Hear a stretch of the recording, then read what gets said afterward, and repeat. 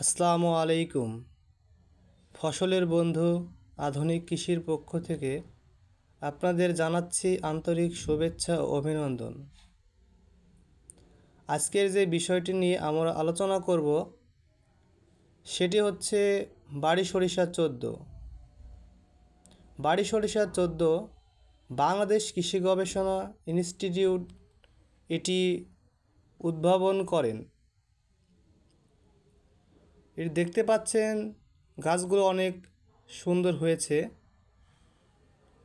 এর জীবনকাল ৭৫ থেকে ৮৫ দিন পর্যন্ত।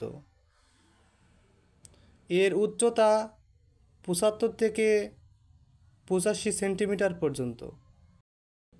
প্রতি গাছের শুটিতে ৮০ থেকে ১০০টি পর্যন্ত ফল থাকে। বপনের সময় ১৫ অক্টোবর থেকে ৩০ নভেম্বর পর্যন্ত।